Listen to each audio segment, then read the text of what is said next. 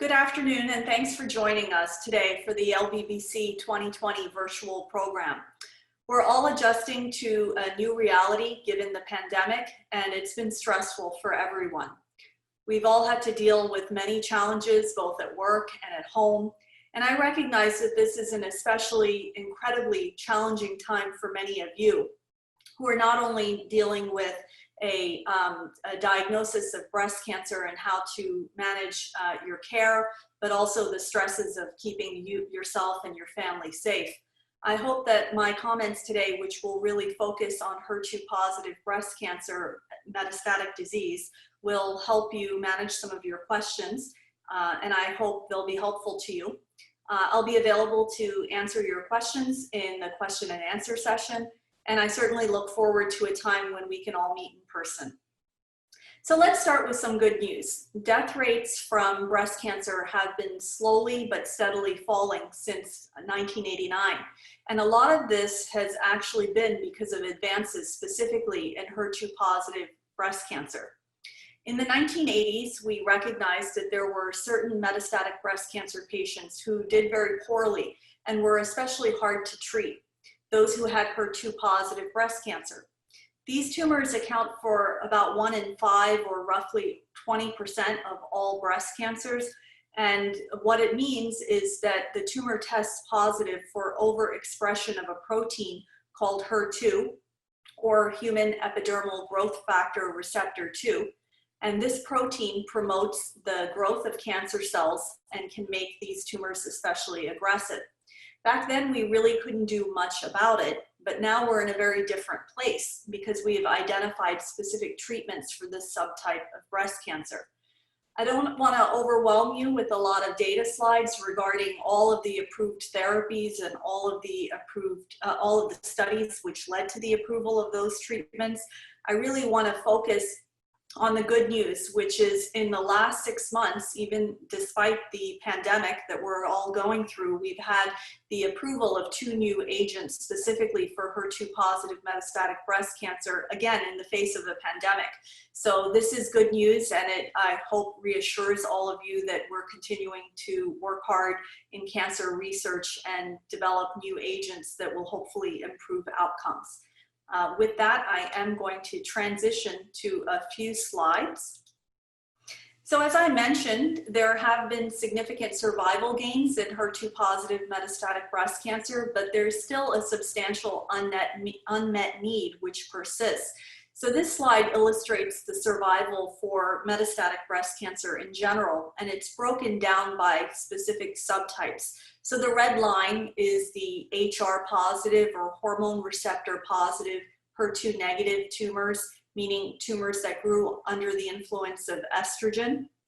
HER2-positive breast cancers are denoted by the blue line, and then green triple-negative, meaning lack of estrogen receptor, progesterone receptor, and HER2 overexpression. And you see the survival probability at the beginning starting at 100%, and you see as time goes on the survival for these specific types of breast cancer. And you see the area that we still need to do a lot more work in is triple negative. But you see that with the advent of HER2 targeted therapies, the prognosis for HER2-positive breast cancer specifically has actually improved quite a bit over time. There are currently targeted therapies approved for HER2-positive breast cancer, and many of you may be aware of trastuzumab or Herceptin, which was the first agent that was found to have a survival benefit in the metastatic setting and has been slowly moved up into earlier stage treatment and is now standard treatment to receive in the adjuvant setting, the curative setting, early stage breast cancer. Additionally, we have this agent pertuzumab, which also targets HER2 and is what we call a dimerization inhibitor, not allowing HER2 and HER3 to come together. What I'd like to point out to you is that these 2 agents work outside the cell. They're larger molecules, they're monoclonal antibodies. Most recently, we've also had the development of newer small molecule tyrosine kinase inhibitors that work that work out, inside the cell, including lapatinib, neratinib, and tucatinib. And tucatinib is a drug that I'm going to focus on quite a bit in the next few slides. We've also had the era of antibody drug conjugates, and in the next slide I'll show you the structure of one of these conjugates. Trastuzumab deruxtecan, or HER2, is a recently approved antibody drug conjugate. And then we also have TDM1, or trastuzumab emtansine, Kadcyla. This is the trade name, which has also been approved in the metastatic setting, and also most recently in patients that have residual disease after completing early stage breast cancer treatment. So what is an antibody drug conjugate? Here you see the structure, and you see the antibody, which is the larger molecule that is targeting an antigen. So in this case, HER2-positive breast cancer, HER2 would be the target. The antibody has a high affinity for targeting HER2, and attached to it via this linker is chemotherapy. This green structure here is meant to denote the chemotherapy, which is what we call the payload, or the cytotoxic therapy that's attached to this antibody. So this is a unique mechanism for us to actually deliver chemotherapy in a very targeted way to HER2-positive breast cancer, HER2-positive tumors. Now, it's important that the linker has to be very stable so that the chemotherapy is attached until it's brought to the breast cancer cell. And this looks complicated, but I'll walk you through it. You see again here the antibody drug conjugate, which is outside the tumor cell, which is this structure here. You see it binding to the HER2 receptor, being sort of sucked into the cell. We call that endocytosis, where then the chemotherapy, which is shown here with the stars, is actually released from the antibody and takes effect in the tumor cell. There is a unique mechanism that one of the newer agents may have, which is what we call a bystander effect, where some of the chemotherapy may actually leak out and target cells that are expressing some HER2, but not enough to be called HER2-positive breast cancers. That's being investigated in an ongoing clinical trial. But this is the mechanism of action for an antibody drug conjugate, and here specifically focusing on the bystander effect with DS-8201, or trastuzumab deruxtecan. So this agent that I've brought up a few times was actually approved in December of 2019. There was FDA accelerated approval for patients with metastatic or unresectable HER2-positive breast cancer who had received 2 or more prior lines of HER2-directed therapy in the metastatic setting. A few things I'd like to point out to you. I know this looks like a busy slide with a lot of data points, but one of the things that's the most striking about this agent is the confirmed overall response rate of 60.9%. So to put this in perspective, you wouldn't expect in this setting for an agent to have such a high activity or response rate. And some of these responses have been quite durable. You see median progression-free survival of 16.4 months, and the duration of response again being quite high at 14.8 months. And these patients had many prior treatments. Some of them had up to 27, as shown here, 2 to 27, with the median being 6. Again, showing the very impressive overall response rate. Every line that is headed down here is a patient that's responding to the treatment, and progression-free survival is shown in the slide in the box to the lower right. So again, exciting news that we have this antibody drug conjugate approved and available for use for HER2-positive metastatic breast cancer. And it also, more exciting news is the HER2 Climb data, which led to the approval just earlier this year of this new small molecule tyrosine kinase inhibitor, tucatinib. So this trial was a very important one because it included a population of patients that particularly difficult to treat, and also is a very big unmet need in breast cancer that's HER2 positive, which is patients with brain metastases. So the trial included HER2 positive metastatic breast cancer patients who had been treated with many of the approved and standard prior treatments, including trastuzumab and pertuzumab. And again, as I pointed out earlier, brain met patients were allowed on.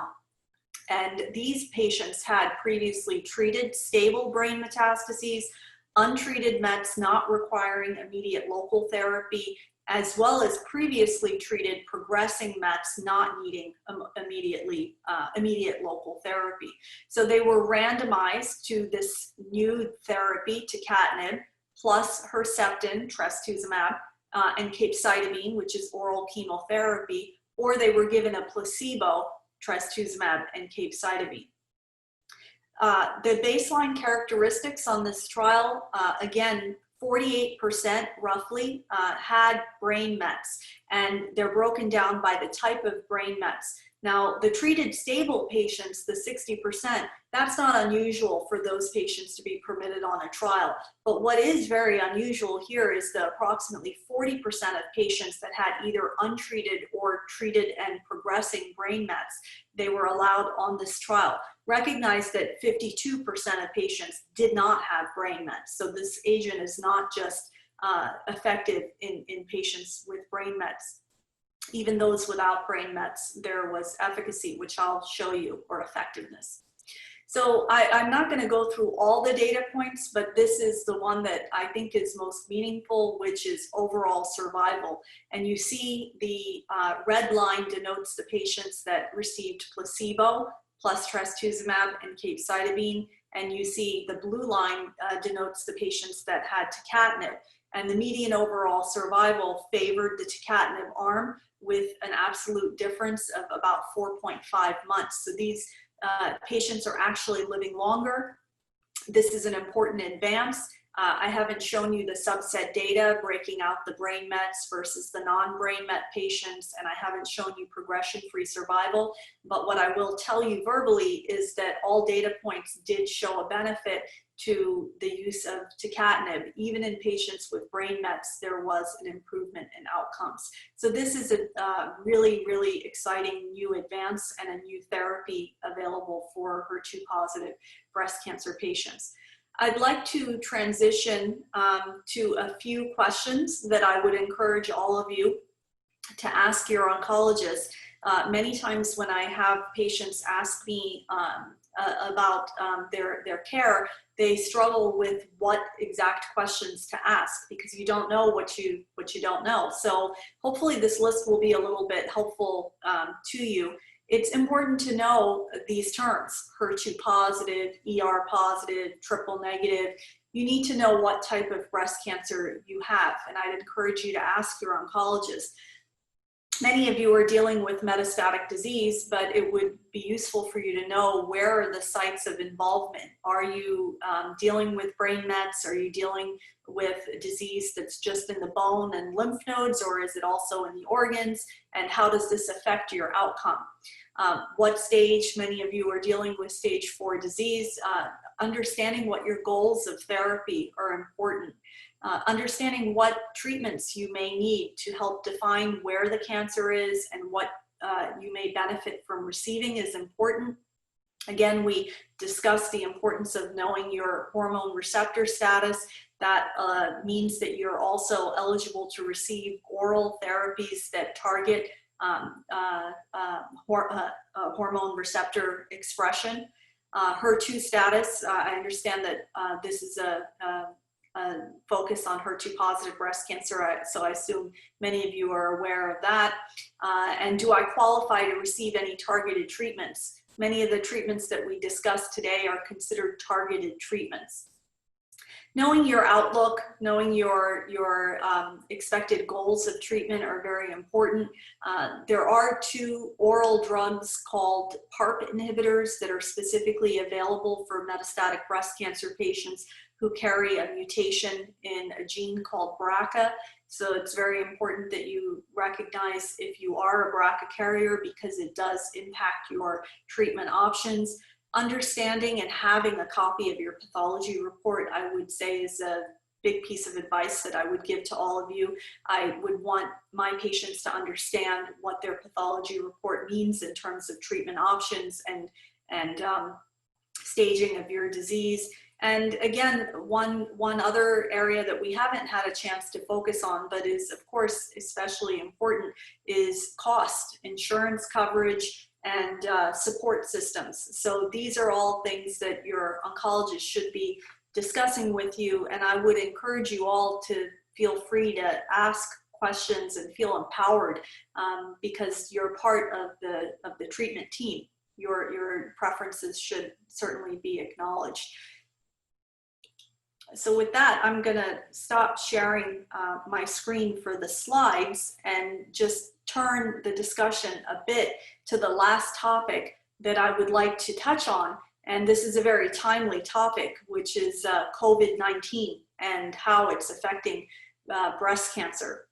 So before we open it up to questions, I'd like to end the session with a few comments on COVID-19 and how it's impacting breast cancer. Recently, a colleague of mine put it very well. He said, we're balancing what we don't know about COVID with what we do know about breast cancer.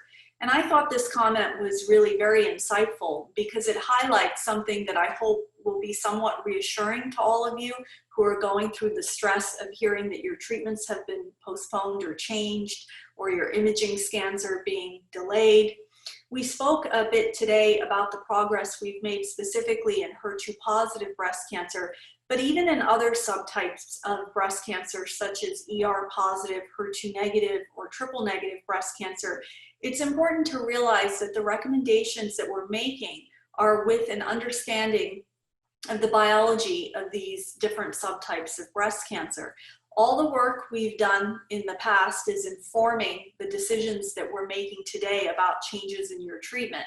So we're prioritizing making changes that we know are not likely to impact your overall outcome while minimizing your exposure to the risks of coming in every week for treatment. So for example, treatment considerations would include changing therapy that may be considered weekly as opposed to every 3 weeks, using growth factor support to maintain blood counts, and considering more oral therapies because it allows you to stay home safely.